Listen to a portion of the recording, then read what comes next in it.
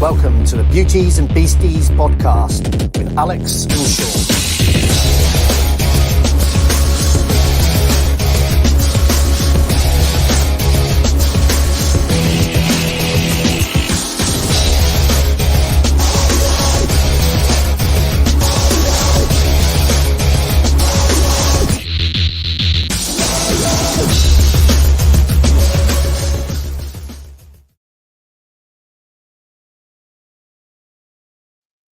Hey, how are you doing? I'm okay, thank you very much indeed. I still get a kick out of listening to that music. I don't know why.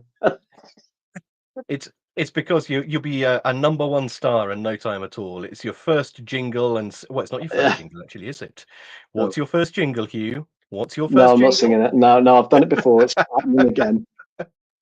I think every time we get you on, we need to get you to sing the jingle. Just as that.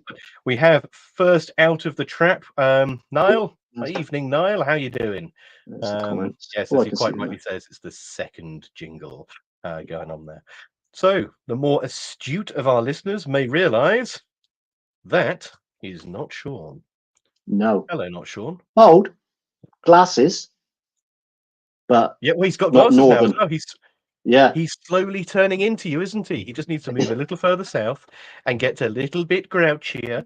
Far off anyway. Lose the accent a bit as well. Ditch the fried Mars bars and Iron Brew. No, never ditch the Iron Brew. I'm sorry. I'm a southerner who has a great love for Iron Brew, especially the original Iron Brew. Don't pull that face. It's great. We'll stick with a bit of cider. Well, I'm not sure you can compare Iron Brew and cider. They're both drinks, but they're both in very different leagues. A little bit, it's like saying comparing Coca-Cola with champagne. It's not really analogous, is it? No. Oh dear. So dear. Yeah, how have you been? How's your week been? Some pilchard decided to whack into the side of my van, so it's not been a great week. Yeah, so pilchard. Like I didn't see. Sorry, I didn't see you, mate. Oh no, Sherlock. Yeah, of course you didn't see me, because if you had, you'd have just swept down the side of my van with your bumper like you just have. So it brings up an interesting point, which is, do you own your vehicles outright, or are they on fleet? Or what's the no, we own them. You own them. So of course, we always all that headache is yours. Yeah, and it is that the damage isn't that bad that it's off the road, but it is the hassle. It's it's like, oh, is he gonna? Because he got out and it's like, oh, sorry, mate, didn't see you, my fault. And then you're thinking, like it's happened to me before. They get home and then the wife goes, "You didn't say it was your fault, did you? Change your mind." Like, oh, wasn't me. It was he was moving. And it's all that. So, to tell you a little story, I used to have a Skoda Fabia. Kel Surprise, who would have thought I would have had a Skoda, but had one, and I loved it because it basically ran on good thoughts, happy vibes. I could get from home to Scotland on a single tank of petrol. It literally required nothing. If the wind was behind me, I think petrol went back into the tank. It was amazing. And I was driving one day and I was in a service station going round the one-way system, and somebody came the wrong way down the one-way system and T-boned me. Like literally, as I was driving along, they just drove into the side of me as I was driving around, like literally. So I was driving on the main bit and they pulled straight out of the wrong way into the side of me. And I was like, oh. And I was driving to a reptile show at the time, where I was selling a whole load of my snakes, as you do. So I had literally a cart full of snakes. And I was like, I can't really hang around for this. Swap details, doesn't look too bad. Carry on driving down. My mate phones me out from the car behind. It's just like, yeah, don't drive anymore.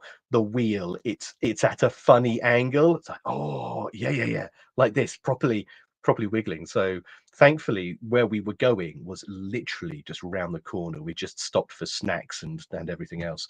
But that was one of those. The person was driving the wrong way down a one-way system and drove into the side of us. If ever there was I couldn't have hit them if I tried. Cars, unless I'm fucking shuffling about like a crab, it doesn't happen.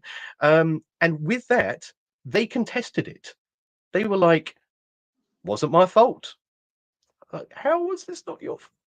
But Yeah. thankfully, the insurance company, we were both with the same insurance company. The insurance company just went, I actually don't care, because if I make you pay more, then they're going to pay less, and vice versa. So you know what? Just draw a line in the sand. And we were very lucky that it was because this other car was just all four just dragging this out. It was horrible.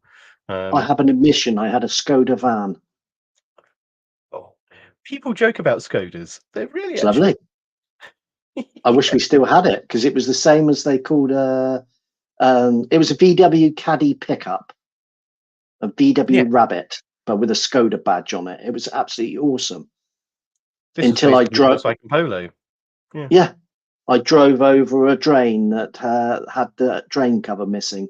I think Davy Brown's lot had been there and taken the manhole cover off and not put it back. And it was just like, I thought somebody had shot me with a bazooka, because the whole van went up, because the wheel went down it, and I was going a reasonable speed, so it fired it back out again, and back up, and that was the end of that van. Oh, it's tragic when you lose a car that you love, isn't it? Yeah, more insurance. Yeah.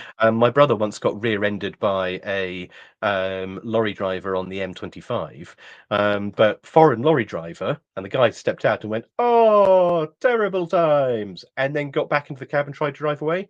And my brother was just like, "Not a chance," and basically got his phone out, filmed the guy's face, filmed the thing, jumped out of the way of the now moving truck, and then sort of like sidled to the side of the road, because he was absolutely pancaked. The back of his car had folded into 100 concertinaed origami pieces.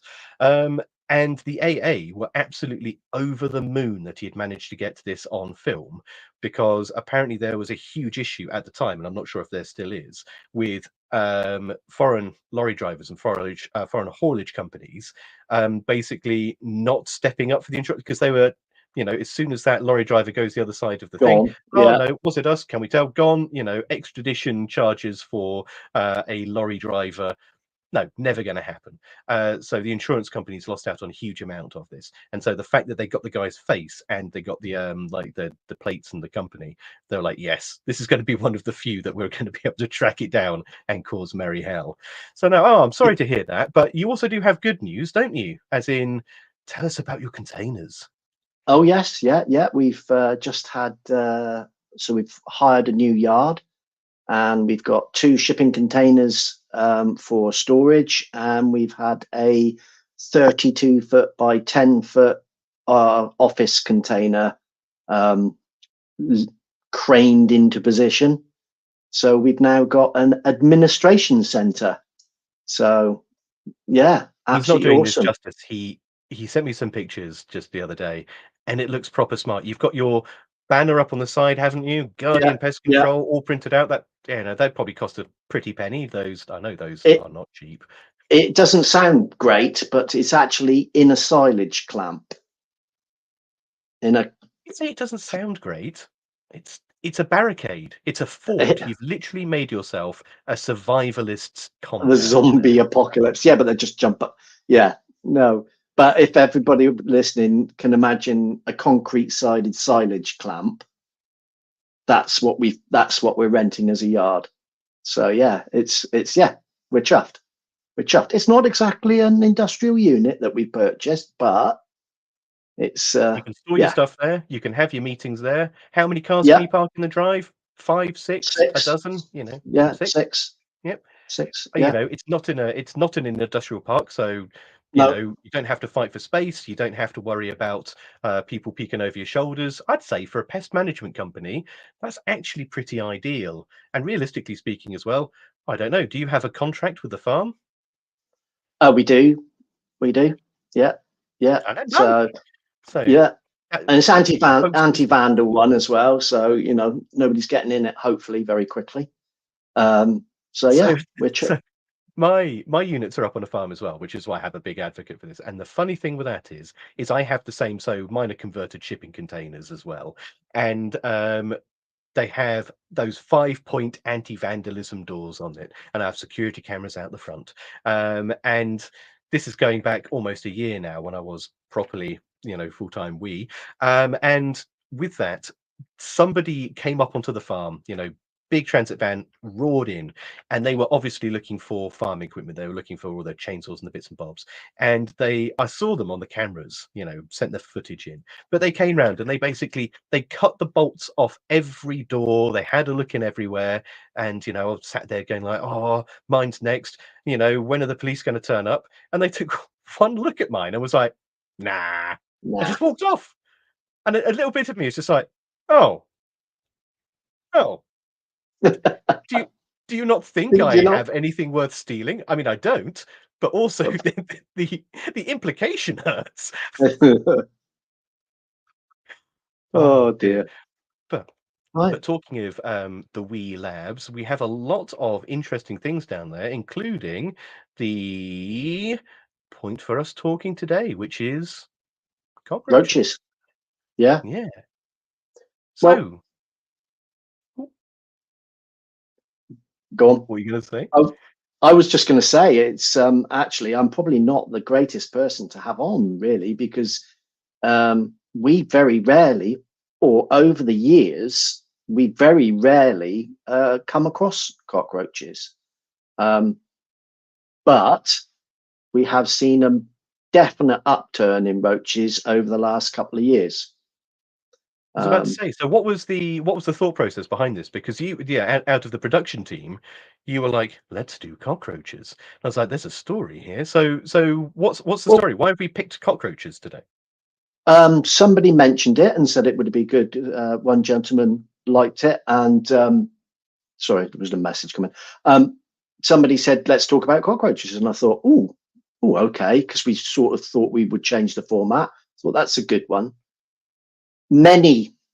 Long time ago, I did quite a lot of cockroaches, because I don't know whether many people realise that government buildings at one stage had Crown immunity, and they couldn't be prosecuted for any breaches of health and safety and environmental health. And that I think that I don't know what year that went down, but I started working for Rentokil just when they lost the hospitals and prisons and everything lost their Crown immunity. So I was doing quite a lot of hospital work for cockroaches just after that. And the techniques that we used to use were a little bit different than they are now. Well, we'll get onto that in a second, but it does bear in mind, actually, when we're talking about the whole production thing, can we say why Sean's not here tonight? I mean, we got to give him a nod because he is the gentleman that's usually doing here. northern things. He's doing northern. Oh, I don't even want to know what northern things are. He's so far north. He's bridging the gap between northern and Scottish, and he's not much land. Well, not much land, but actually, there's not much population between Newcastle and Edinburgh, is there? It's a bit barren. But okay, well, I thought there was a story there. I thought he had some cockroachy type stories, but evidently, I'm sure he has. not. I'm sure he does. Right, so yeah, let's talk about how it used to be done, because we all have an idea of how we do it at the moment. We have very much, there is a tactic and a strategy that we almost invariably employ for the control of cockroaches. But go on, how did it used to be? It was more that it was the gap in time from when I left Rentokil to maybe probably 15, 16, 17 years until the next time I did cockroaches, and so much had changed. So much has changed. What would we do? Well, we had a lot more active ingredients to choose from. That was one thing. So things like phenitrathion, diazinon, iodophenphos, but most of it was spray and pray. You know, it So literally was. yeah, when you say spray and pray, actually, there's a relatively, I wouldn't say large, but well accepted body of research that says that because the control of cockroaches for so long was, as you say, coarse compression spray, pray and spray, that was one of the reasons for the suppression of the bedbug reemergence for so long, because people would go in and, cockroaches would be in the kitchen and, living room or bedroom, whatever it is, and as a belt and braces you'd go in and be and a lot of bedbugs would coincidentally get caught in that crossfire, and as a result All it right. kind of probably suppressed the reemergence of them. And then when we moved to our gels, of course, there was absolutely no, what's the word, collateral, should we say, Collateral of the damage. bed Yeah. bug. Yeah, and we had a much more targeted approach. But it's interesting to say, because actually, you say there's a lot more choice in insecticides back then. Have you actually had a look to see the choice, let's say, in cockroach gels? It's a very strange thing that a lot of the actives we get in cockroach gels we don't see in any of our other formulations. Almost all of our aerosols, our ULVs or coarse compression sprayers, very limited range. Then you move over to the gels, and suddenly we get some very strange actives starting to appear, weird and wonderful, and from all over the shop. I mean, everything that we used then would never use synthetic pyrethroids for cockroach control. Whereas a lot of the actual spray treatments now seem to be, well, we only really have synthetic pyrethroids, don't we? So maybe you wouldn't now choose them for cockroach control and just go straight for the baits. Well, this is it. I mean, so cockroaches are very, they're interesting. They're interesting beasts. And I've read many of them over the years. All of the common commensal species, ranging from your standard Americans, Orientals, Germans, and then veering off sideways to your brown bandeds and your smoky browns and all those other bits and bobs as well. And they're fascinating. They're fascinatingly robust animals in that sense. And it's amazing how many of them you can get into such a relatively small space as well. But you have things like your Americans and your Orientals, and they're slow growing animals. They take quite some time to get up to battle speed. You don't tend to find a population of those springing up overnight. But things like your Germans and your Supella, your brown banded, they they legitimately, if you have a hot house, and let's be fair, a lot of the times we go into these cockroach infestations, it is semi-tropical conditions in there, isn't it? It's hot, it's humid. Yeah, The floor is ever so slightly crunchy, like leaf litter. And things like German cockroaches will shoot up. They will do a generation in a little over a month in ideal conditions, which is and they'll produce an uithiki that can anywhere between 8 to 30 eggs, depending on who you're looking at and how well fed that cockroach is. So yeah, these populations can just absolutely roar up. Um, and the thing is there's nothing to say that compression sprays won't work. They will work very but well, as shown in the past. the thing was, I might be completely wrong. When like 30 years ago, we were told that there was resistance to pyrethroids in cockroaches. Would that not have grown quite considerably over the years? Bearing in mind, So we don't really have any, if bed bugs are resistant to synthetic pyrethroids, are roaches not the same, considering that they've been evolving, perhaps? yeah, so the thing with resistance, and resistance is, anyone knows, one of my favorite subjects to get nerdy about. But there was this wonderful study. Yeah, resistance. Here we Um, go. Here we go. So the WHO, the World Health Organization, did a amazing study on houseflies, where they took houseflies from a cattle shed, and if you've ever seen houseflies, if you've ever seen flying insects in a fully operational poultry or livestock unit, you know that the walls will be black, just with insects running up and down them. They can get really overrun. And so what they did is they went into one of these livestock units. Tens of thousands of flies went in with a pyrethroid ULV, wafted it across, did a full ULV treatment. The flies dropped like flies, and they killed 99.9% of them. But 99.9% of 10,000 flies still gives you a good 100 left over, which is more than enough to start that cycle kicking off again. But as far as everyone's concerned, 10,000 to 100 is good getting. So, of course, treatment 1, pyrethroids, everything falls down. Treatment 2, similar thing happens. You get, knocked down 99.9%. Treatment 3, however, suddenly nothing works because you have selected for the most resistant individuals at every single treatment.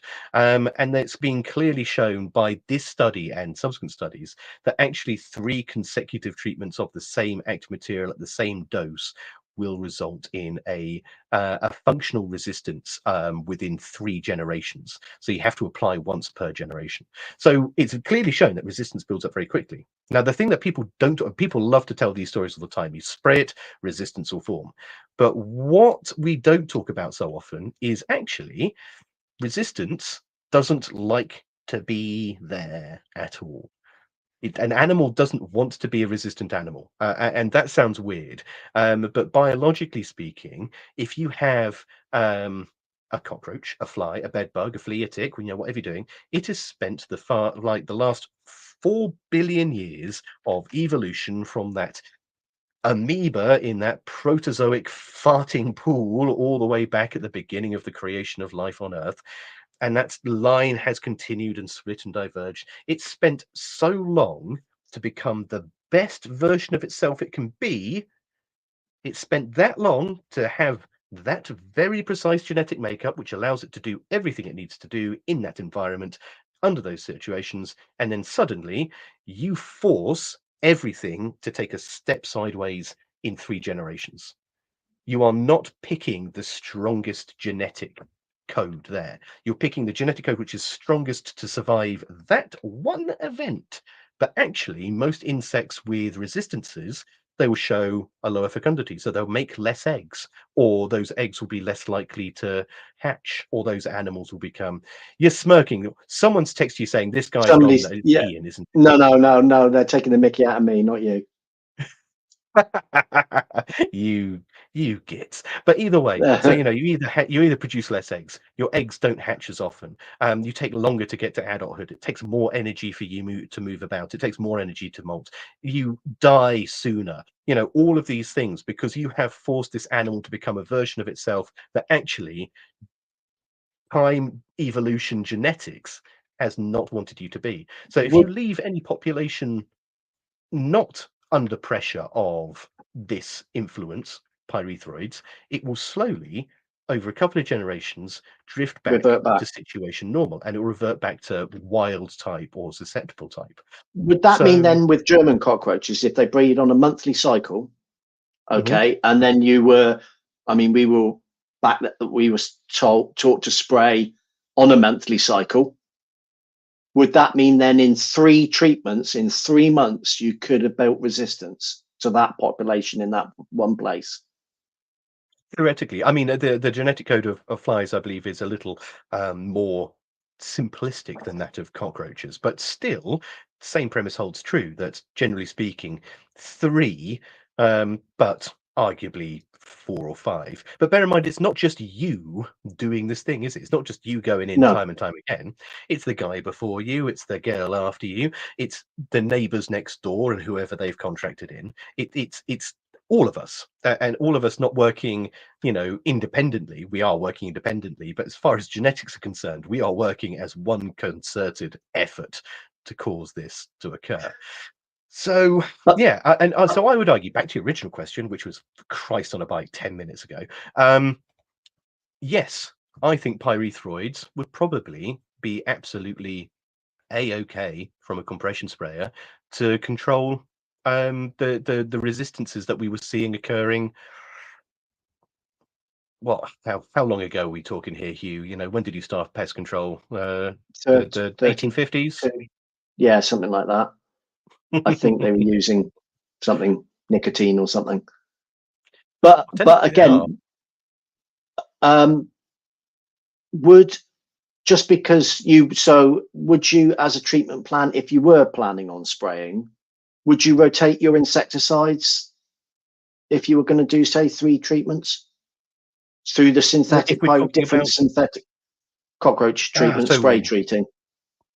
The problem with synthetic pyrethroids, not worth it so much. So with synthetic pyrethroids, it's much of a muchness. They all have the same mode of action. What they do is they force the sodium gates within the nerve axon to remain open, which means it's continually letting in sodium ions and so continually firing, which is why if you've ever seen a cockroach or a fly that you've sprayed with a pyrethroid, its legs and its wings will basically tremor. It's constantly firing those nerves.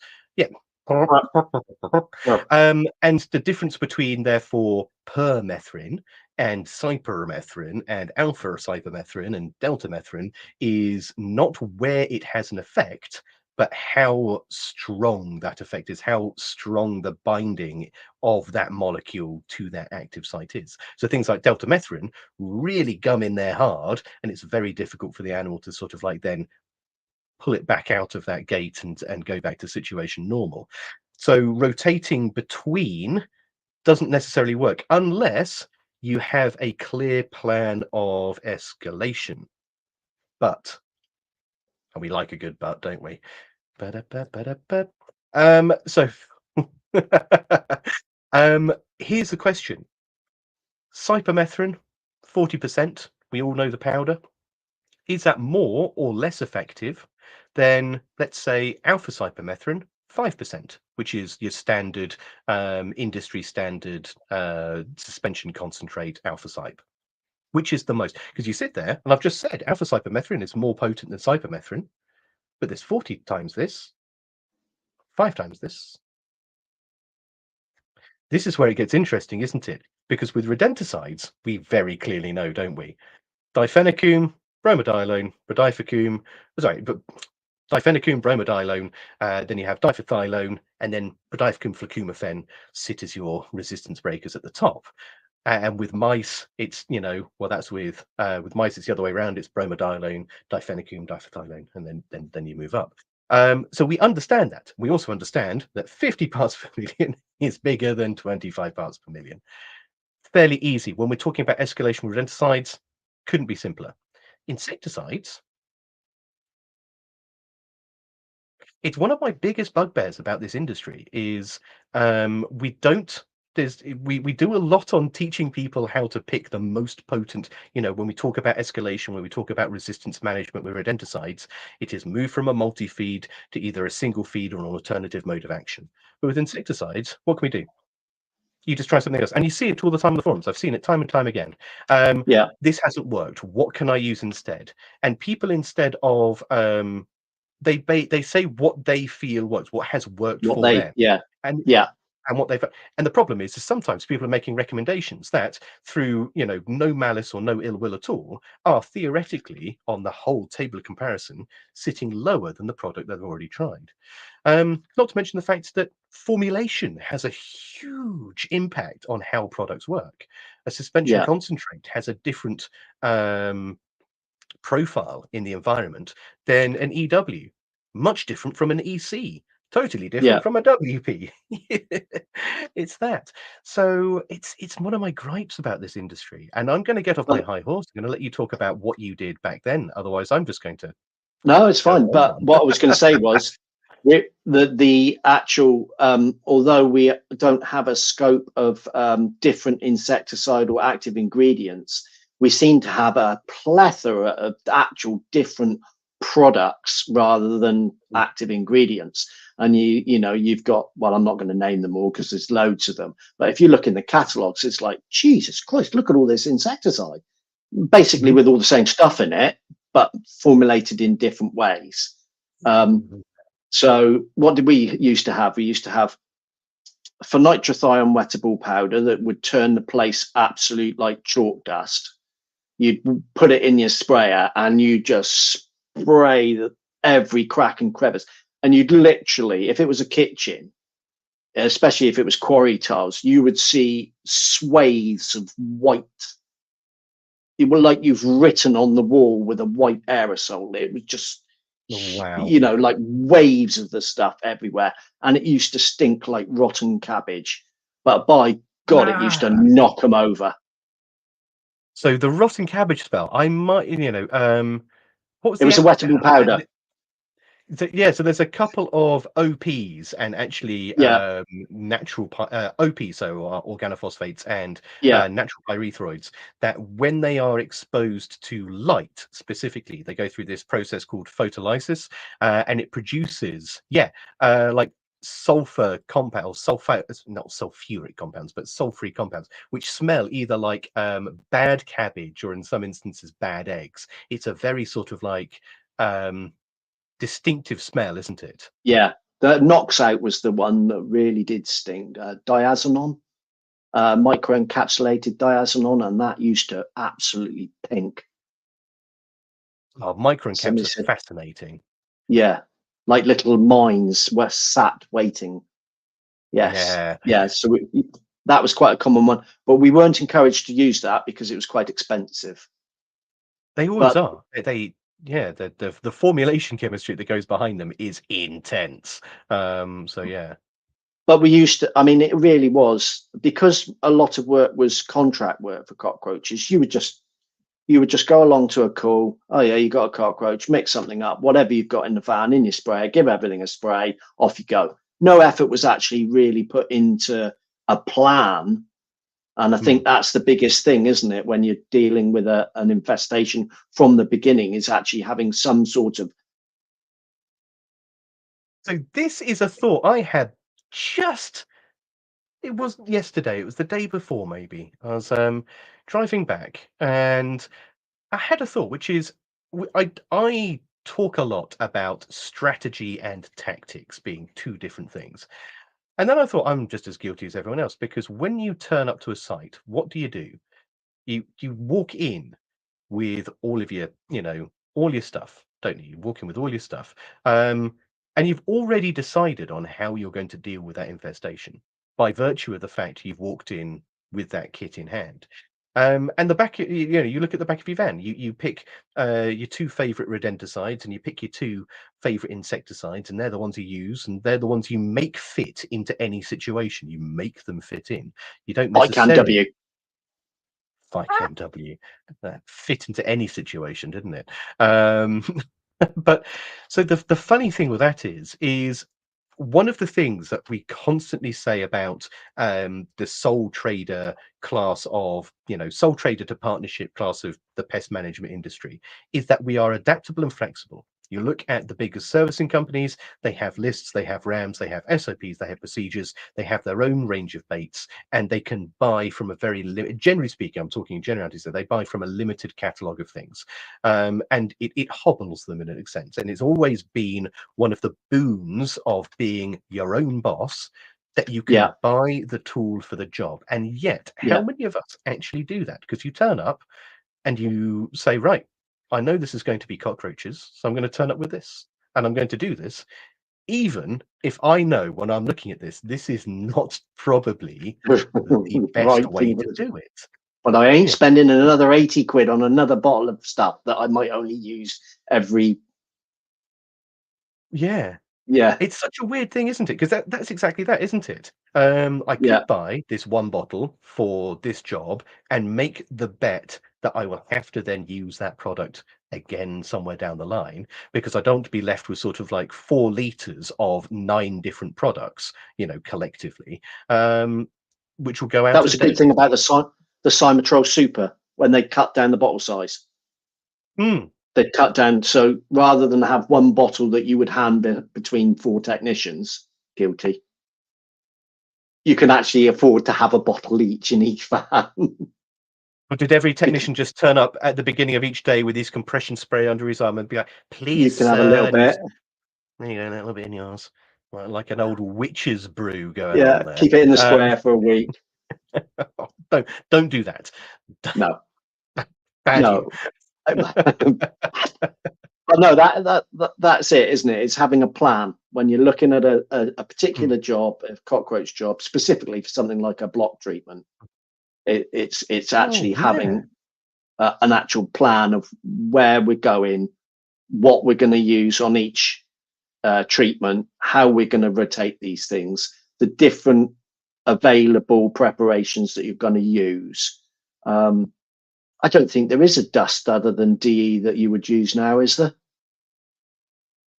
I'm not sure. I mean, there's wettable powders, and there are still dustable powders. But again, it very much depends on the situation. And where do you find most cockroaches? It's going to be around food preparation areas. So, are you going to want to be putting an Oh insecticidally yeah, active dust? Just bellowing it in underneath. Just don't stop until you see it coming back up the other side from behind the cooker. No, don't do that. That's a terrible joking. plan. Used to put them in the carpy duster for nitrothine dusting powder. Is that the In a little set of, bellows, the little no, the big hang? ones, Oh God, okay. Don't. Oh, Christ. like a set of bellows that you'd use on a fire, and you fill it up, and or a kairitsu No. dust. Like it had a fan inside, and you would fill the reservoir like a lawn spreader, like the reservoir, Okay. and then you'd have a hand on the side like an air raid warden, and then you just get a huge plume of insecticidal dust coming out the end. Particularly good for like ducting down in hospital ducts and things. So, at like what point Complete- after this did all your hair start falling out? Just. It's inherited. It's inherited. But again, that does show how things have changed. Oh, absolutely, You wouldn't yes.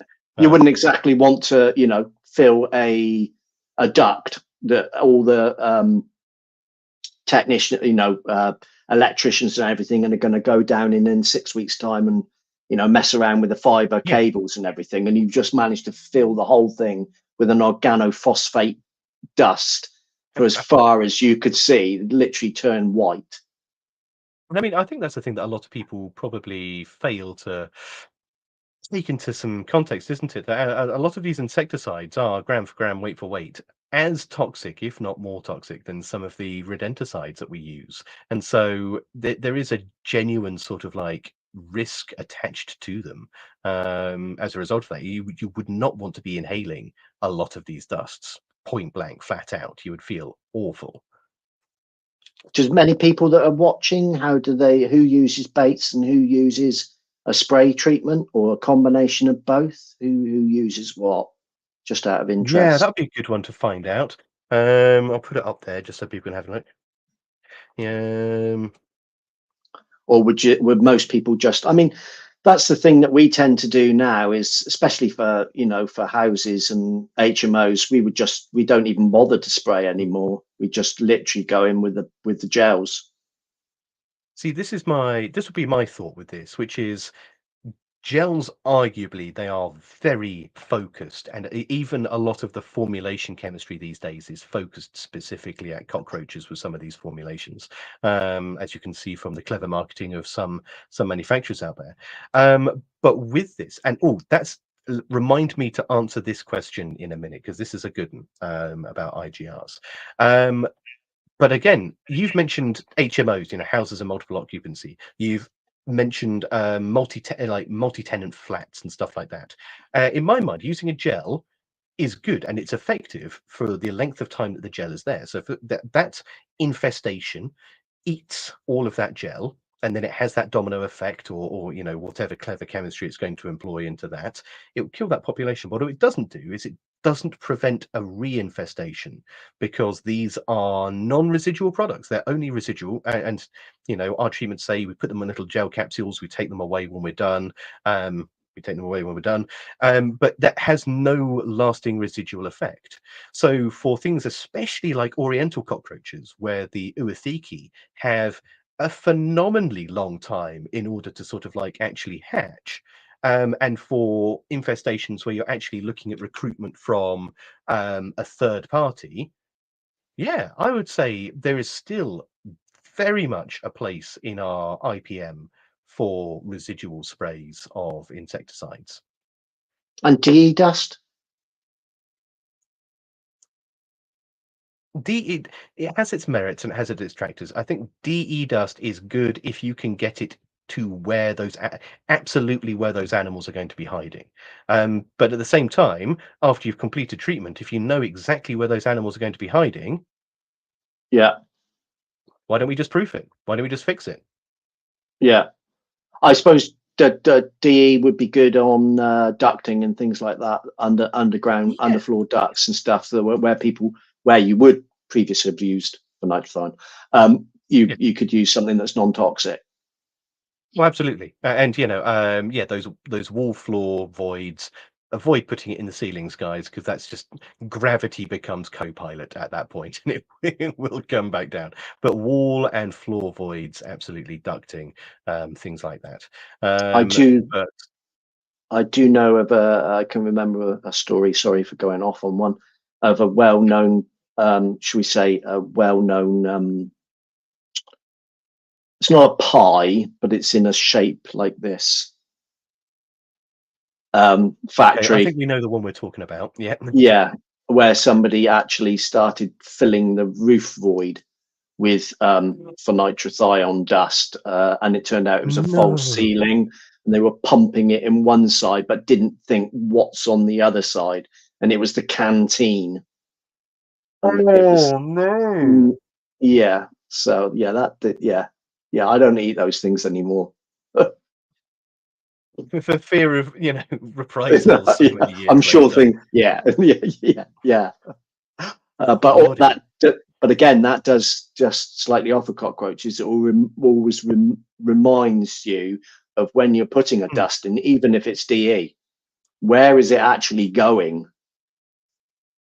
I was having this conversation. It was one of the last conversations I had with Ellen before I handed the keys over to her, and it was on situational awareness. Situational awareness, and I think that's something that we all, if you just remember this word, guys, or just these two words, situational awareness, because we can all be very guilty, especially if we're in a rush. And let's go back to rodenticides for a second. We will, if we're in a rush, we'll hop from box to box to box to box, and we won't check the gap in between. We know we should, but we're under time. And it's the same with this. It's not just, with insecticides, what else is there? That's a perfect place, that dust up there, that's where they are. Where does that lead? Where does that fan extract to? I mean, I think there was a case not so long ago with somebody treating a wasp nest outside, immediately next to the an air intake into someone's bathroom, and it just scooped up a whole load of dust into that person's bathroom, just straight on in and through. And it's things like that that are you've got to think of your surroundings, guys. I don't know. Was it you, or was it someone else that said that years ago somebody put some contact dust underneath an elevator in London, escalator in London, whilst it was off, and then they turned it back on, and the first thing that happened was it just started Not guilty. geysering out No. not guilty, no. I'm sure it was one of those apocryphal stories. I can't verify it or not, but pop it up. So yeah, formulations. Let's steer clear of dusts for cockroaches for the time being. I think we've established that that's probably a bad plan. But to switch back to this, The IGRs, do we yeah. use IGRs in the UK? We do. We do use. And for those who do and don't know, IGR stands for Insect Growth Regulator. And around the world, so we know of pyriproxyfen and S-methoprene in the UK, which are both juvenile growth hormone analogues. But there's actually a whole world of really weird juvenile growth hormones out there that we don't use in the UK, including some such as things like chitin inhibitors. And Why chitin don't we? inhibitors, I just don't Why think don't we anyone's use them? pursued a Just registration for not. them. Yeah. Okay. Yeah. They tend to be relatively expensive. They tend to be difficult. There's a huge amount, if you think it's difficult to create a chemical that'll kill an insect, try creating a chemical that'll have a very, very specific biological impact on an insect. They tend to be quite yeah, expensive things, I'd imagine, to both formulate, create, and defend. But the chitin inhibitors act by stopping the animal's ability to produce chitin. So chitin is the hard bit of the insect. All of the soft bits, all of the bits around the joints where they move, and all the bits that hold the plates together, is elastin, and that can still grow. That can still be created. That can still happen. So what you end up getting, especially with animals that go through a complete metamorphosis, is this thing called supernumerate larvae, which is where instead of getting a maggot that's this big, you get a maggot that's this big, because it Joy. won't stop eating, it won't stop growing, but it will stop producing the chitinous plates and it will stop doing the rest of it. And so you end up getting these monstrous animals as a result. Sounds And of like course, a few they people never coming make out of animals. McDonald's. Sounds like a few I of the wouldn't people I hasten see to add, coming out of McDonald's. I couldn't say. I enjoy the occasional Maccas, and I take that, he says, shrinking down into his seat so you can't see. But yeah, so the two that we use are pyriproxyfen and S-methoprene, and they're both juvenile growth hormone analogs. And what they do is, in any insect, there is a level of juvenile hormone, and every time it molts, every time the insect molts, that level of hormone shoots up. And then over time, that level of hormone will slowly get ablated and degraded and used and metabolized in the body. And as soon as it goes below a certain level, the animal then goes into a trigger, which makes it molt again, and the level of hormone shoots up again. And as soon as that goes down, we have another molting until we get to adulthood. And then suddenly, this hormone is then part of the cascade responsible for releasing eggs or for growth or development and bits and bobs like that. So what happens is when you put a juvenile growth hormone into the mix is suddenly, instead of it being here and coming down, it's all the way up here. So while this animal molts, this animal actually never gets to the point of molting. The body runs out of the natural growth hormone, and only the analog remains, which means it never hits that tipping threshold. It never gets to a point where it feels it should be molting. So it's forever trapped in these. And for things that go through an incomplete, things like bed bugs and cockroaches, it can be a very effective tool for just stopping a population in its tracks. It won't kill them, it won't do anything else, but what it will do is it'll stop the adults from being able to produce eggs, it'll stop the eggs from being able to hatch, it'll stop the larvae from being able to produce to reach adulthood. So in terms of resistance management, hang on, absolutely fantastic. And we Coming don't back to have any. They're all actually now within the insecticides, aren't they? I don't think we actually have any tank mix, do we? I remember the story about we tank mix, don't. but no, There used to be many the moons ago, little, again, not getting into the trade names. Yes. yeah, It was, you had a little 10 EC, so you had a little vial of basically kerosene and insect growth regulator, and then you also quite stunk, had don't it? oh yes, it did. It's how you knew it worked. And then you had a larger bottle of the EW at 4%, and both of those could be tank mixed, and it basically was a wonderful resistance management tool. But sadly, these things, don't last forever, do they? And they disappeared. So But everybody's going to where have to look at their insecticidal bottle and then find out whether it's got an insect growth regulator in it, rather than yeah, choose your insecticide, choose your insect growth regulator, and mix the two. So, sorry, I butted in. please butt in, otherwise I'm going to basically talk all night, and people are going to Ramble. send. Yes, exactly that. We will get complaints. We will get people writing in saying, "I am bored of this." So with that, yeah, do No, that. that's cool. But I So mean, going, with cockroaches. Oh, sorry. Yeah, go hit me. I was going to say, going back to baits, we found that we can actually literally put a couple of different baits, product baits down, Mm. and they'll be like, they'll look at one and go, "I ain't going to eat that," but they'll go directly to the other one, to the left or to the right. And everybody says, if we can mention, I suppose we can. We've used the various different ones, and even some of the cheaper ones, they will be like, "Yeah, Mm. we'll eat that. We're not going to touch that one over there." and you think I spent a lot of money on that one, and again in a different place, it'll be like, oh well, we'll use the one that we used last time that they all went for, put it down, and they're all like, nah, not eating that. What is it? I wonder about, because I don't know. What is it that they particularly? Is it just the bait matrix?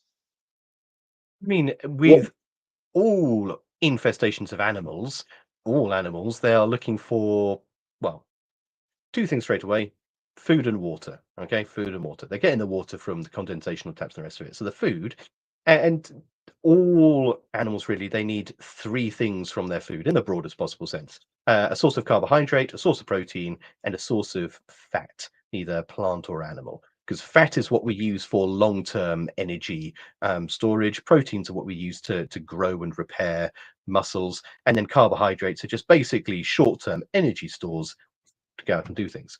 So if you're in an area where there's already probably just an absolute hump of, you know, sugary foods, then chances are what they're really hankering for is a little bit of proteiny, fatty goodness, because that's what they're like. Or alternatively, it's one of those. So a lot of these baits, some of them will focus on being glucose rich because insects classically like sugar. That's what we all know, from every picnic we've ever had that's been ruined by wasps, ants, and every other crunchy thing under the sun. Sugar is a good bet, but also they do need a source of protein, and they do need a source of it's matching what that animal needs against what that animal has and wants. But I've not seen on any of the gels. Again, people can please let us know in the comments.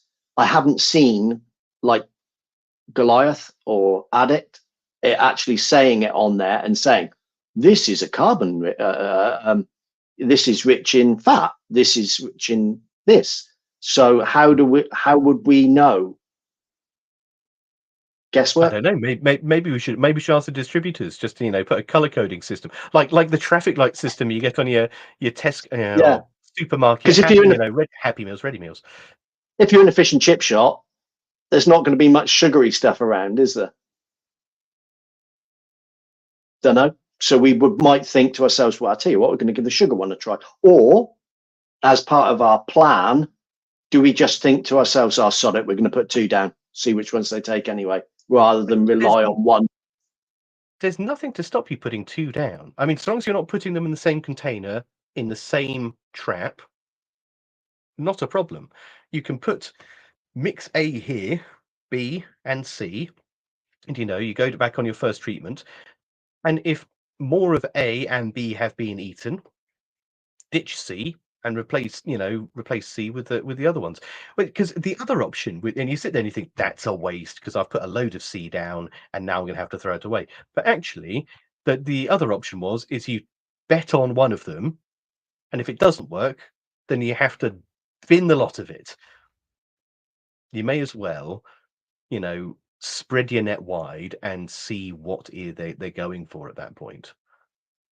The other thing, as part of our plan, for me, when going back, we were always taught that insect detectors are a monitor product only. Whereas we found that recently, to get a very quick knockdown, there's nothing like using 100 hoy-hoys. Or especially with German cockroaches. So with German Germans, cockroaches so Germans produce an aggregating pheromone, which sucks them all in. Yeah, which, I mean, we have used fly killer pads, and they have been absolutely full of them. Now, there's a question. So, if we put down a fly killer pad and we get a mouse on it, where do we stand with that? Well, I know the answer, but I think what the answer is, but I'm asking. So because they're not designed for the capture of mice, all efforts should be taken to try and stop mice from being able to get onto those. However, it is assumed that the glues on the EFK units and of the crawling insect traps, it's not the same grade of glue as those that you find on rodent control boards, which tends to be significantly more tackier and stickier. It's like stickier than bear shit on fur. So with that, it's assumed that a mouse should be able to extricate itself from that. However, with the placement of any pest control tool, you need to ensure that you've done your due diligence to exclude non-target animals from getting onto that board or getting onto that treatment. So whether or not that's putting it it's why most of your the thing is with your standard crawling insect traps, even the fact that they fold over like that, nothing theoretically stops a mouse or other sort of like small animal from being able to get into that. I mean, Christ, my dogs have stuck their noses under counters before and got crawling insect pads stuck to their noses. It's all about placement. It's all about scope. It's how often you return. So what was your view on that? Because that was my very wishy-washy political answer. I was just going to say that I have had a mouse on a hoi hoi, but I would suggest that if we knew that there was an active mouse infestation, then it might not be a good idea to use them in a place where the mice could get on them. But again, if it's not written down, it doesn't happen. Write down and just put in your treatment report that you have considered the fact that you may get a mouse on it if you're using 200 hoi hois, and you don't consider it a problem. As long as you've assessed the risk, there's minimal risk. There's more risk from human health than there is trapping a mouse. Probably put it a little bit better when I've got 5 seconds to write it out. But in that scenario, then perhaps just put it in your report. So yeah, again, that's part of it's not intentional, is it? No. Again, and a lot of this legislation that we're coming down and we're seeing, it's around the intent. I mean, even if you have a look at the Wild Mammal Protection Act, which has that the huge list of it is illegal to kick, kick, beat, stab, burn, impale, drown, yeah. But if you the next line of that is with the intent to cause pain and suffering. A lot of what we deal with is around the intent of what we do. So if you do not, if you're not using those traps specifically to intend to catch mice, if you have taken all reasonable precautions, if you have placed them in locations that you deem to be safe to exclude them from non-target animals, and yet somehow this occurs and it can be shown through your paperwork and your due diligence that it wasn't honest to God mistake and the intent to capture that animal was not there, then I would say that you are in a better position than if you just thrown it under there and walked away and not had two thoughts about it.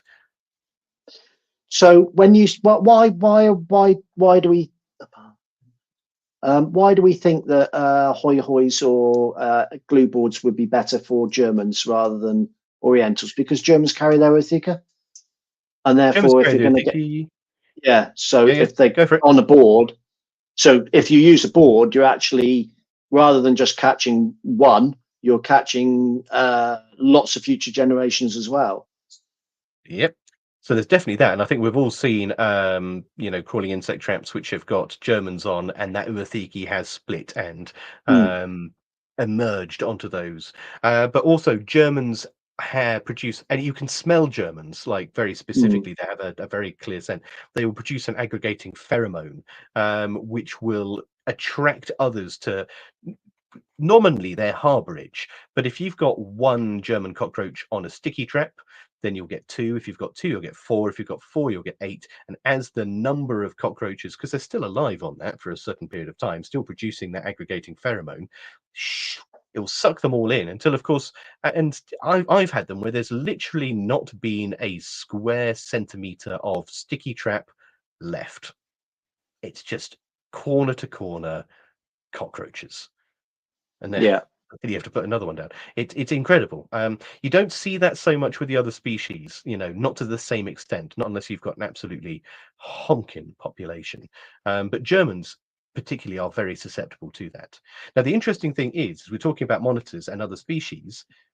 When do you put your monitors down? So you go in, you do your gel, you might put your monitors down to begin with to understand where the populations are most dense and abundant.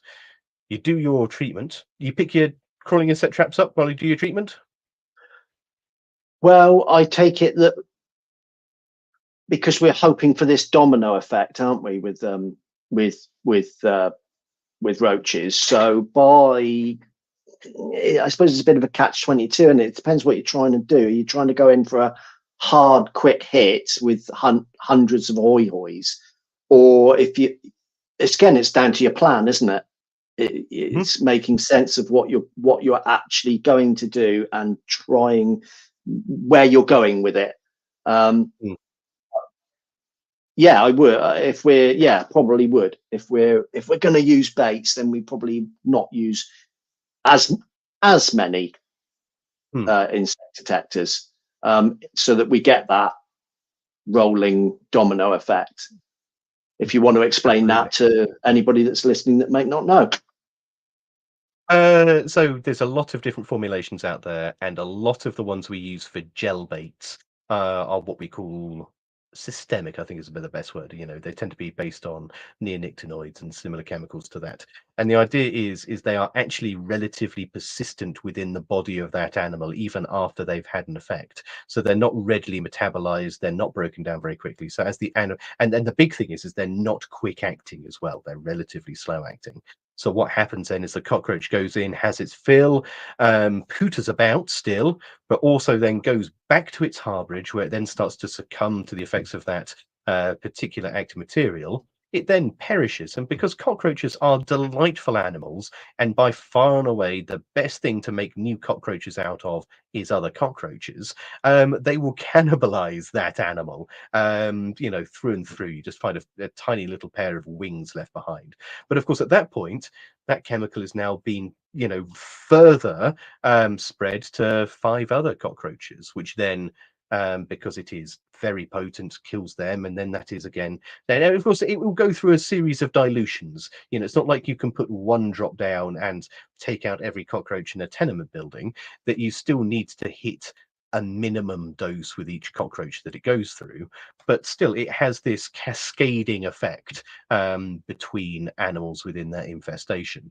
And so that's very good. So that would be my argument as to why to not use glue boards during the gel treatment. Before, up, gel treatment, back down again as soon as you've done that. So monitor to find out where they are, treat, monitor to find out your success, and then afterwards, because all you're doing by putting your boards down is any cockroach that has a gut load of this systemic poison in it is not going to be able to then give it to the next cockroach along.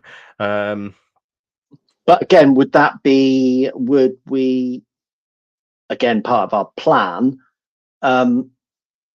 if we were going to use baits, would we say, right, we're not going to spray at all?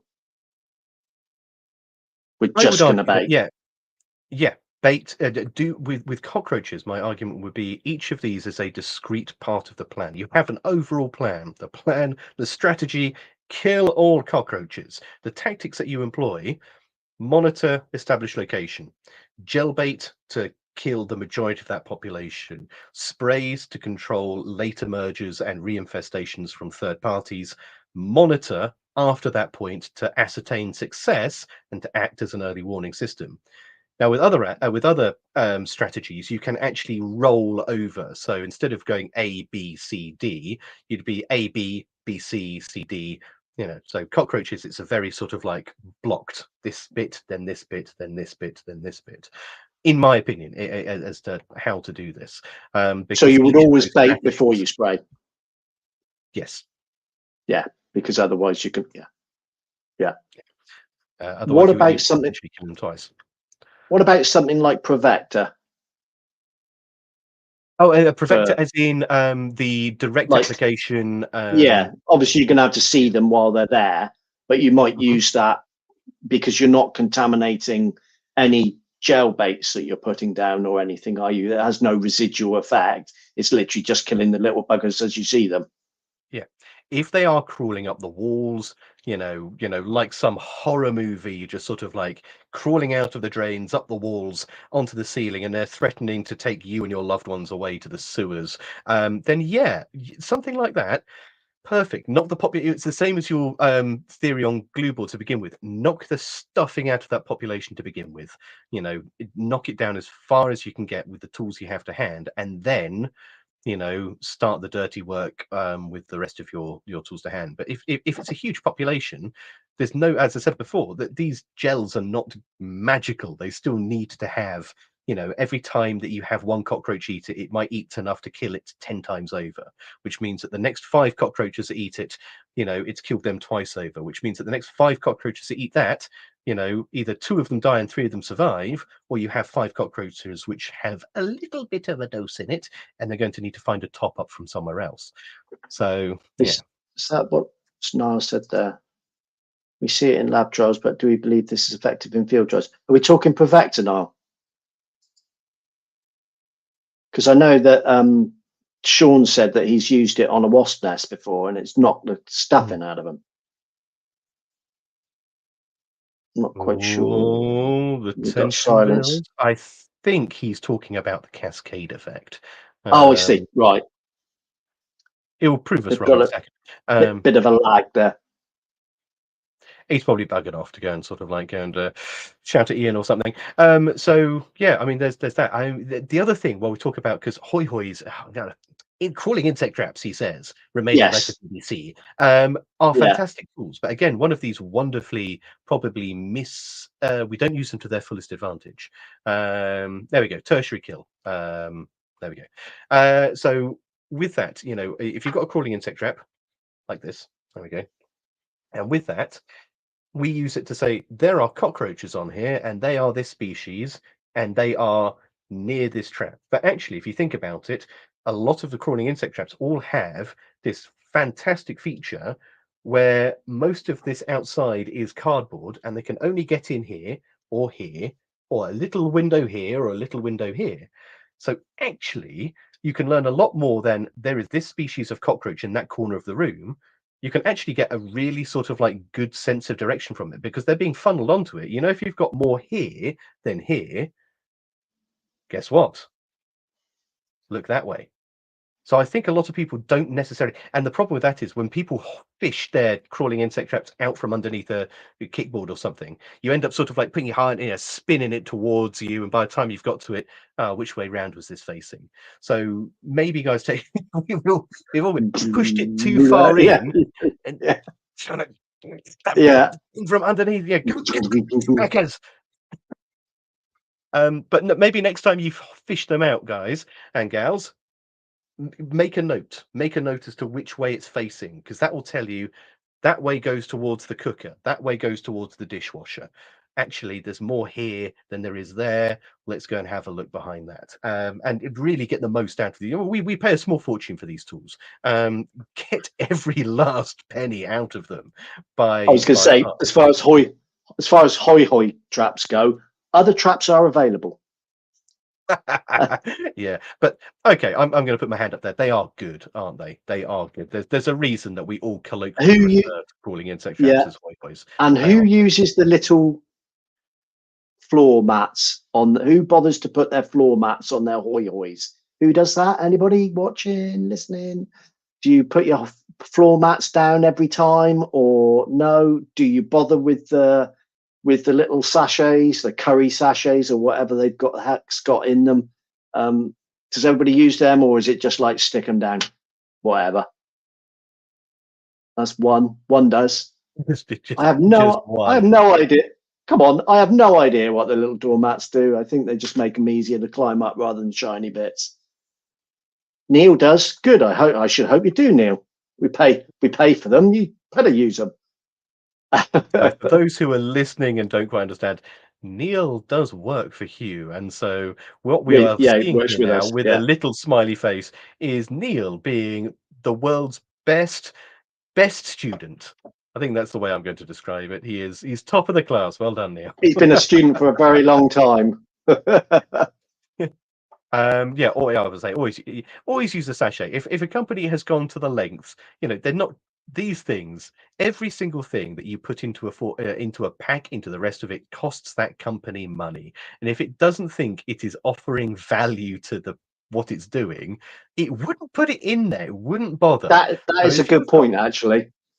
yeah, That is more of a point than actually you think it is. If it's there for a flipping reason. yeah. Why would they provide you with those little floor mats, and why would they provide you with those little attractive bits if Wipe they my hadn't fingers done on before I have my dinner. I'll wipe my finger on the floor mat. that's Sorry. It's the creepiest thing I've ever seen you do. That is amazing. Oh, I Right. How do we think? Is there a possibility that AI is going to help us, or any technology going to help us with cockroach control in yeah, any way? I would say yes, because we're already seeing AI, and this is total speculation at this point, apart from this statement. We're seeing AI in the realms of EFK machines, but mostly because they're big and static and you can fit a camera into one of them. Absolutely. And that's great. But you are already seeing, like on your phones, you can take a picture of your board, or even your little trap, and it will do two things. Number one, it can count the number on there. And if you get it close enough, we've all seen, these search engines.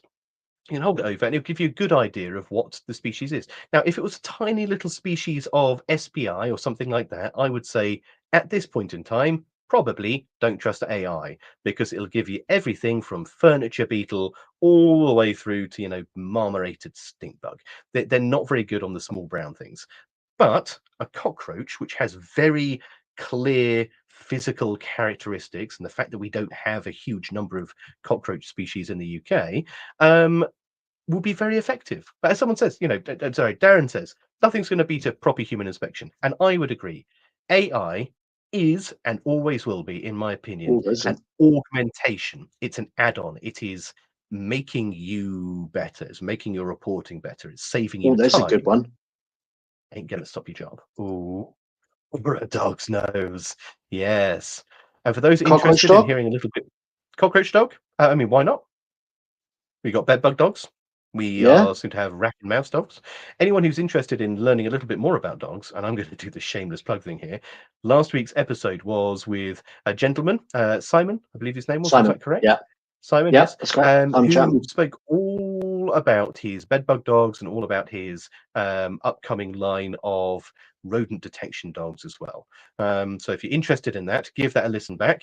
That was Sean running solo, apart from the last 15 minutes last week. Does anything override years of experience? Fish for London says. I'm going to go out to limb here and say yes, and also no. Generally speaking, years of experience is hard earned and it's well fought. The problem with But, experience comes when you learn the wrong thing and you reinforce that learning, or you um, assume, or you assume. you just assume that I know better. I know because I've been, and I'm guilty. I, Yeah. I know because I've been doing it so long that I know what's going on. The old and bold brigade. Yeah, that's uh, you different, slightly different realm, but it's always good to listen to people that are a bit newer in the industry as well, because they have mm, different ideas. Just because it's been done that way for 30 years doesn't necessarily mean to say it's the best way. Otherwise, we would still be pumping for nitrothion with bellows dusters down through big cavities.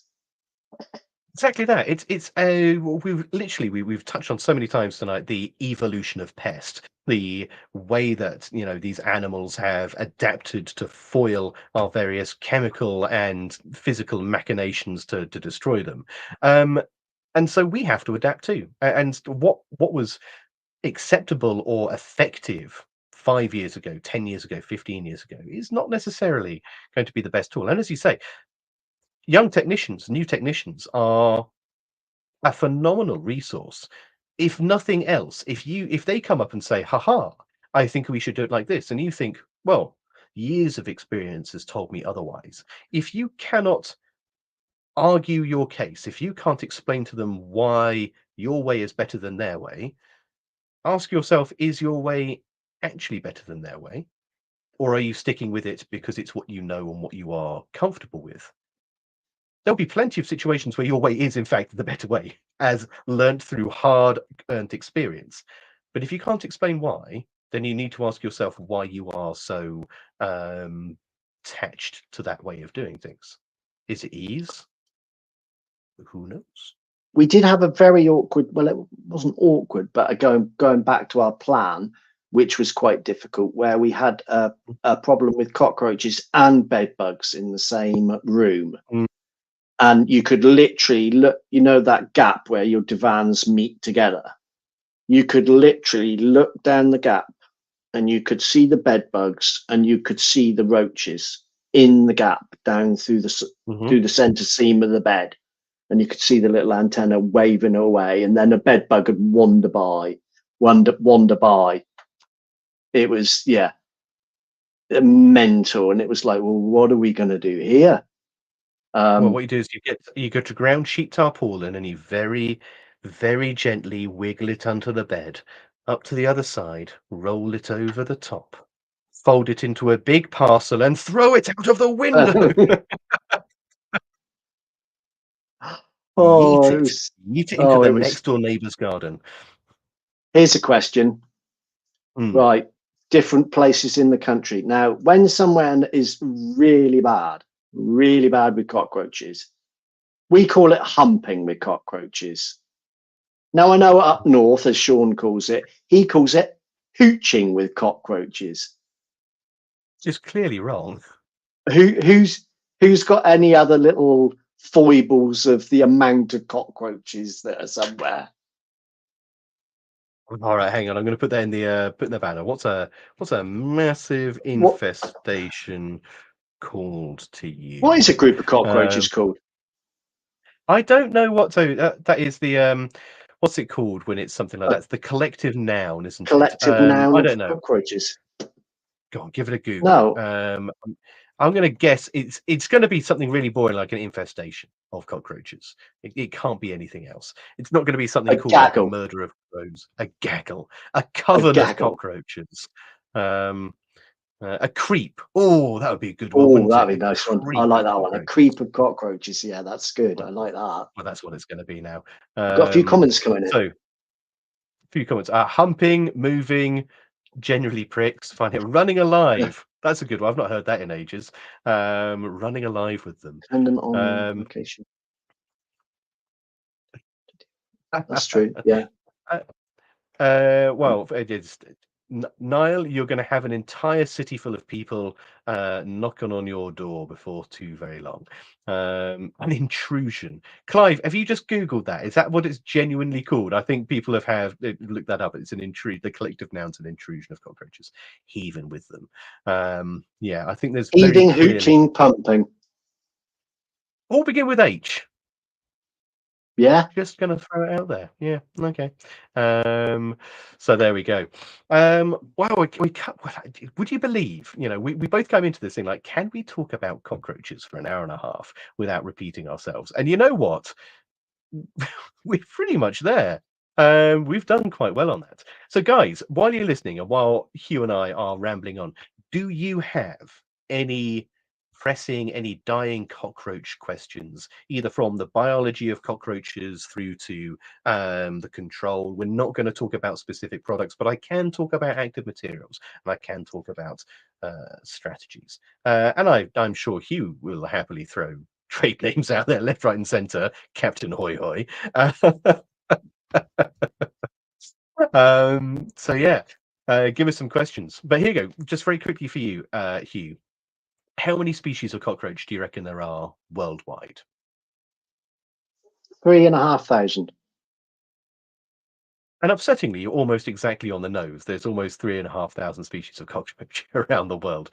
You git, ruining my fun. But of those 3,500 species, how many of them do you think are often classed as pests? 8. 33 to 35, Really? depending on where you are. Yes. Wow. So actually, The majority of cockroaches are not pests at all. In fact, No. we have 3 species of native cockroach in the UK. Did you know? Yeah, Yeah, yeah. Have you ever I seen did. them? No, can't say Oh, I have. so they're a genus called Ectobius, and they look very similar to a German cockroach. And so much Oh, so right, that okay. when I was in the labs at Church Farm for Pelgar, I was sat outside, and that was back in the day when I properly smoked. And I was sat on a tree stump outside in the car park, having a rollie.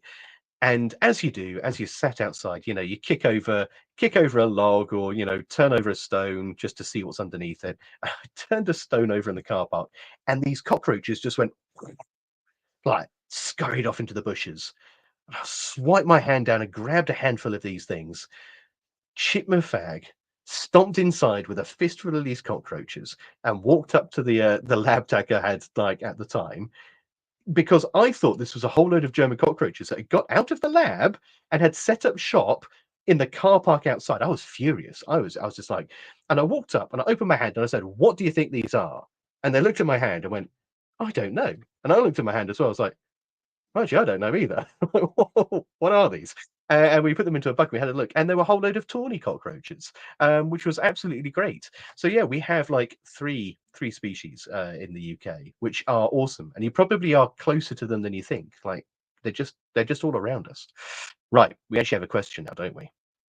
We do. How often Hmm. are American cockroaches found in the UK? I mean, I would I argue. only Yeah, go go on. on. No, Only that's ever you say. I only ever found them personally twice, mainly in a banana factory, um, and also on an RAF base. Okay. So I don't know how often they are actually active infestations as such. Maybe you can help. Yeah. I find that yeah, things like the Americans much less common. In fact, I've actually probably dealt with more Australian cockroach issues than Americans, but that's mostly because the areas that I tend to get called into are places like zoos, and I haven't yet been to a zoo which has got a tropical enclosure that doesn't have Australian cockroaches in it. And, that's the years of visiting zoos and seeing them all about. But yeah, so the large Periplaneta species, they're a very, oh, sorry, Periplaneta genus. So that's your Australis and your Americana, your Fugulosas, which is your smoky browns. They all are very slow growing. So they're very large species, but they take several months to get from that oothiki, even in ideal conditions, from that oothiki all the way through to adult.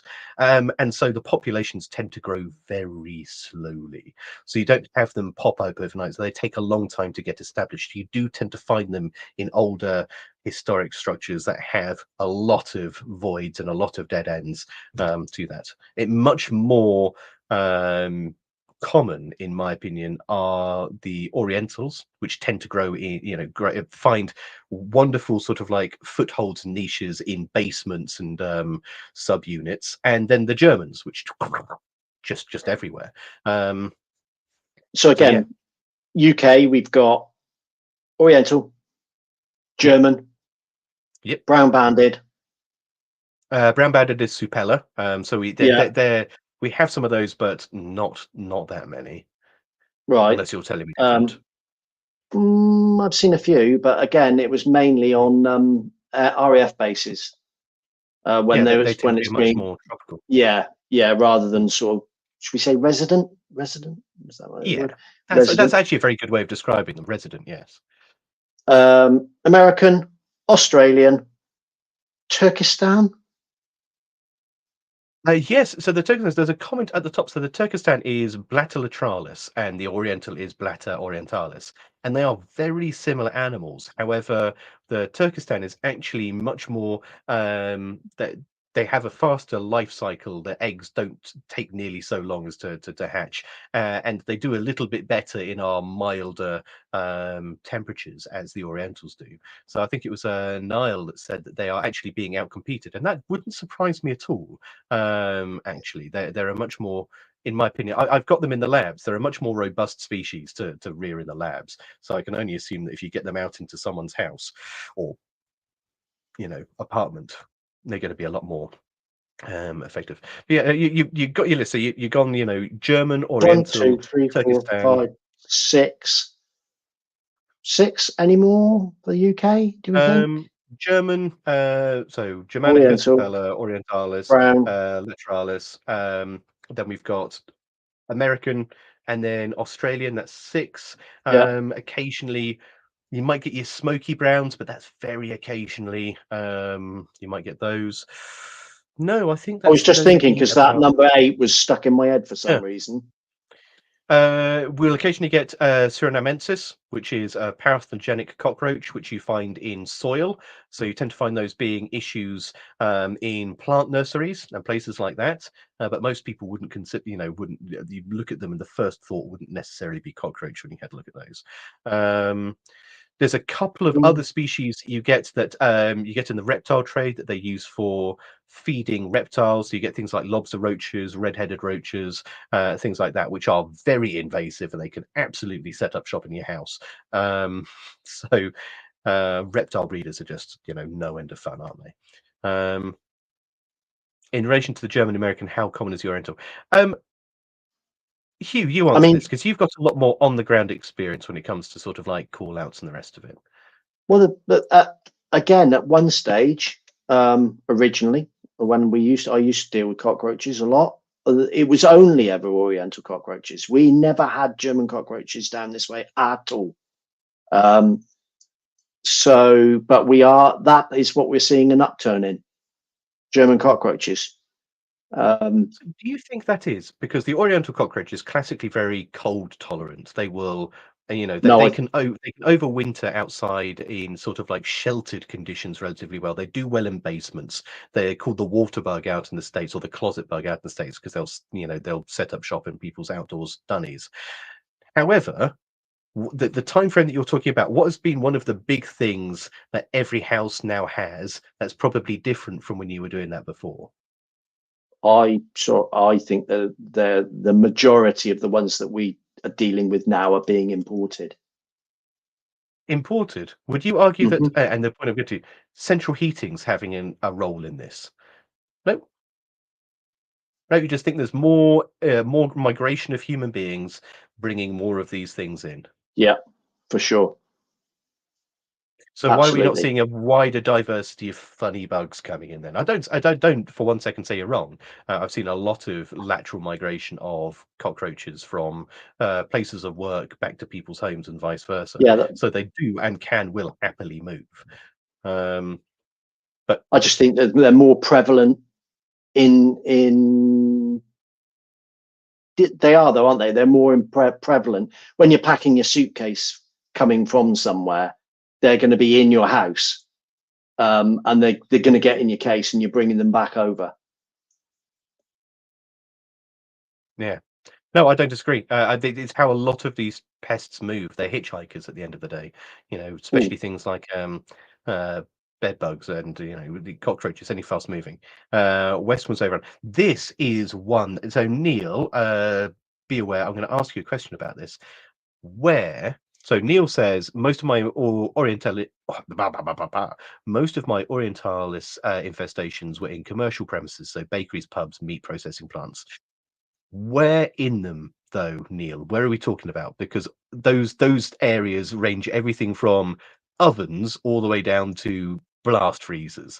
So whereabouts was it? I imagine in the pubs and places like that, it's going to be downstairs in the beer cellars and stuff like that. In your bakeries, it's going to be probably in that cold, slightly damp goods in area where you've got a lot of food, a lot of meal waiting. Floors, ceiling voids mostly. So there we go. So the cooler, damper areas which are largely inaccessible. Niall says you find lots of Germans in locker rooms or in the dishwashers. Again, dishwashers, especially warm, humid, but ultimately quite hot environments because of all the hot water. Everywhere. Cockroaches are fascinating. I don't think we've given ourselves enough time to talk about them, quite honestly. You're looking perplexed, Hugh. You're looking like you're I was thinking. just I was just thinking of all the different places where we found them and where we've been to treat them. I Go did on. a What's been the nice. weirdest? The weirdest one, probably the best one, was on the USS Cape Diamond in Torquay Sound. I don't want to bore people with it, but that was a cracking job. That was. Got a phone call from the harbour master saying there was a ship and they wanted it fumigated for cockroaches. The phone call came through to me and I said, how big is it? And they were like, oh, it's XYZ. And I'm like, I have no idea how big that is. Oh, it's big. It's big. I'm like, okay, when do you want it done? Today. I'm like, right. Okay, today. We're going to Yeah. need a bigger corking gun. Anyway, a few phone calls later, and 2 hours after that, 6 technicians turned up in Torquay.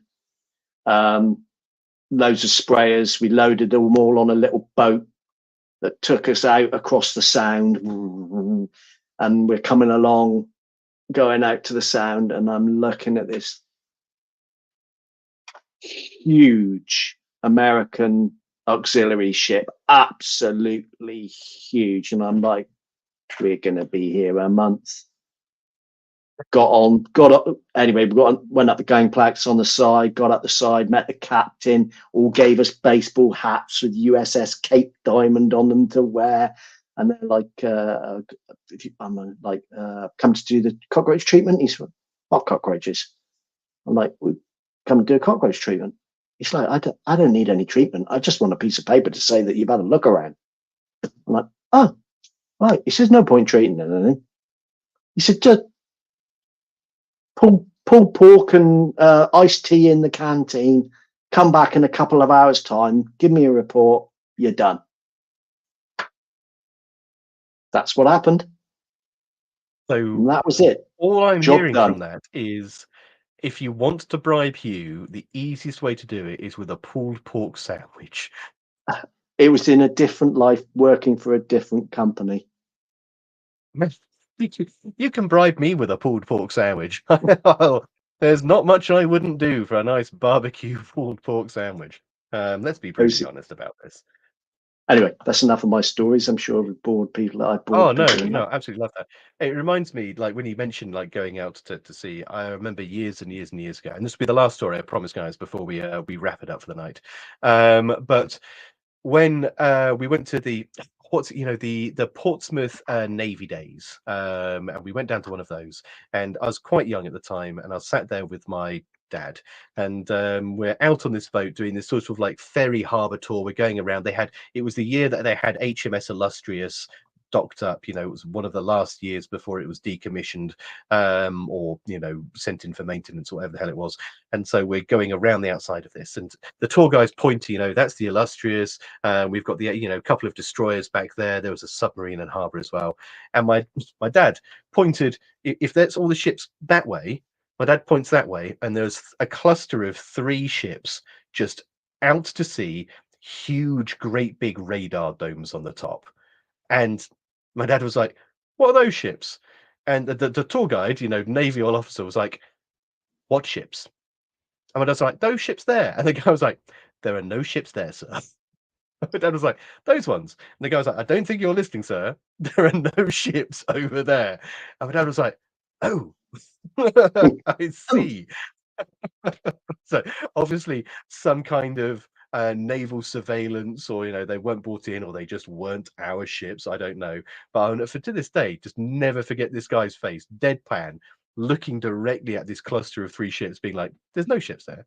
As a young person, I was like, "How can that man be so out?" How can he not Deadpan. see? No ships. Deadpan about it. So, what are we going to take away from this, or what's everybody going to take away from this? Have a plan. What are our learning points? Yeah, have a plan. Have a plan. Really? I think we can expand on that a little bit more. Don't get married to the plan that you make up in the car. I think that's probably a better one, isn't it? Because we'll get the call, and we'll get the call for cockroaches. And on the way in, you're already mentally preparing yourself. Do I have, do I have my nice kill germ atom box keys to pull my kickboards off? Do I have, I don't, whatever you use for them? Do I have this? Do I have that? You're already starting to mentally prepare and make that strategy, which is good. The problem comes about is when you don't fit that strategy to reality. So I would say have a plan, but be flexible. Your plan is your strategy. The thing that you think up in the car is your strategy. The way in which you deploy it, the tactics that they use to achieve that strategy need to be flexible, and they need to match the situation that you're in. And sometimes, as you say, it's a board bomb. It's going in there. It is just blitzing the place, every available surface you have a crawling insect trap on, just to like leather the hell out of those numbers. Sometimes it's gels, sometimes it's a residual spray, sometimes it's Henry the Hoover and a can-do attitude. You've got to moderate that environment to your strategy. And yes, be prepared for anything. Absolutely. What would be Sounds your good to takeaway me. then, Hugh? What would be your final words of wisdom? If you're going to use an insecticide, take a look at the various different ones that are available. There isn't just one supplier. There isn't just one active ingredient. Different things, know your insecticides. If you're going to do a lot of cockroach work, know which formulations are for which types of surface. Again, and be prepared to change that. Don't just be tight and think, I've got X, Y, Z in the van. Just like you said, because it's in the van, that's what I'm going to use. Apart from hoist. I didn't say that. Oh, excellent. So I think we can forego the standard 3 questions to close now, because I think we've both had a good time. Have we? Cool. Yeah, we have. I have. Yeah. Yeah. Also, always. I Would hope argue everybody that else our has. shameless would argue that our shameless plug. Go on, our shameless plug needs to be that we've got quite a good following on Facebook and LinkedIn and the rest of it. But there's always people asking, just these questions. So I'd ask you that my shameless plug would just be talk about it, share it. When we put a post up about something that you think you're going to be interested in, just say, I'd love to hear you talk about this. When we put a post up for potentially next week, when we've got a couple of Yanks back on again, put up a question, ask us, give us ideas for things to ask our guests, because then that we will ask them the questions that you want to hear, and not me just blathering on about boats and gunships and basements. Well, that's the thing. It's everybody's podcast. So if they've got a question, ask it, because me, you, and Sean can just pick up the phone and talk to each other all day if we want to. So the idea is that it's actually yes. The idea is that it's actually useful to people. Yeah, exactly. And if there's something anybody wants to see, particularly, we can't promise that we're going to get anybody, but we'll give it a try. So yeah. And the only other the biggest shameless plug is, if you haven't liked the page yet, please like, share, and follow. Hang on. Let me find that. We've been crap at the banners tonight, haven't we? Please don't forget to like, share, and follow. He says with his most dulcet tones, as if to and don't forget your CPD points. Crikey, let me put that one up as well. There you go. There's your CPD points. So for those who are listening, there's been a bit of confusion. So I know a lot of you guys will be listening back to this on Monday on Spotify as you're driving around in your vans. And we've seen a couple of posts coming up on the forums and whatnot saying, where are the CPD points? Well, at the moment, they're scrolling along the bottom of the screen. So all you need to do is like the generation game, yes. Points win prizes. So with that, all you have to do is just turn your Spotify, pull over somewhere safe. Don't do it while driving. But turn your Spotify onto video mode. You'll see us. And then you'll see at the bottom of the screen, for your CPD, BPCA registered, log in and fill in your reflective learning of your basis. Use the code PC / blah, blah, blah, blah, blah. I'm not going to read it out because I'll make a butchers of it. So there we go. That's how you do it. And if you can't manage to do that, just send us a message and I'll sort the codes out for you. Might ask you a question to see Because if you watched it. yeah, do that. So we'll make a compilation of the funniest answers we get. Does the CP code doesn't change per episode. We are only allowed one CPD point per month. But Fish for London as others may asks. have mentioned, that people have put the CPD code in, put different episode titles on, and somehow managed to get different CPD points allocated to basis. So if they're not going to pay attention to the codes that you did put on, he says, wiggling his eyebrows suggestively. So there we go. I think that's me Yeah. done. I don't think I've got think so. anything else to say. No, So that's cool by me. Nice to see you, Alex. from me, Hope everybody's been that's out. good night. And me. Bye bye bye. Cheers. And let's roll the credits. Bye. Thank you for listening to the Beauties and Beasties podcast.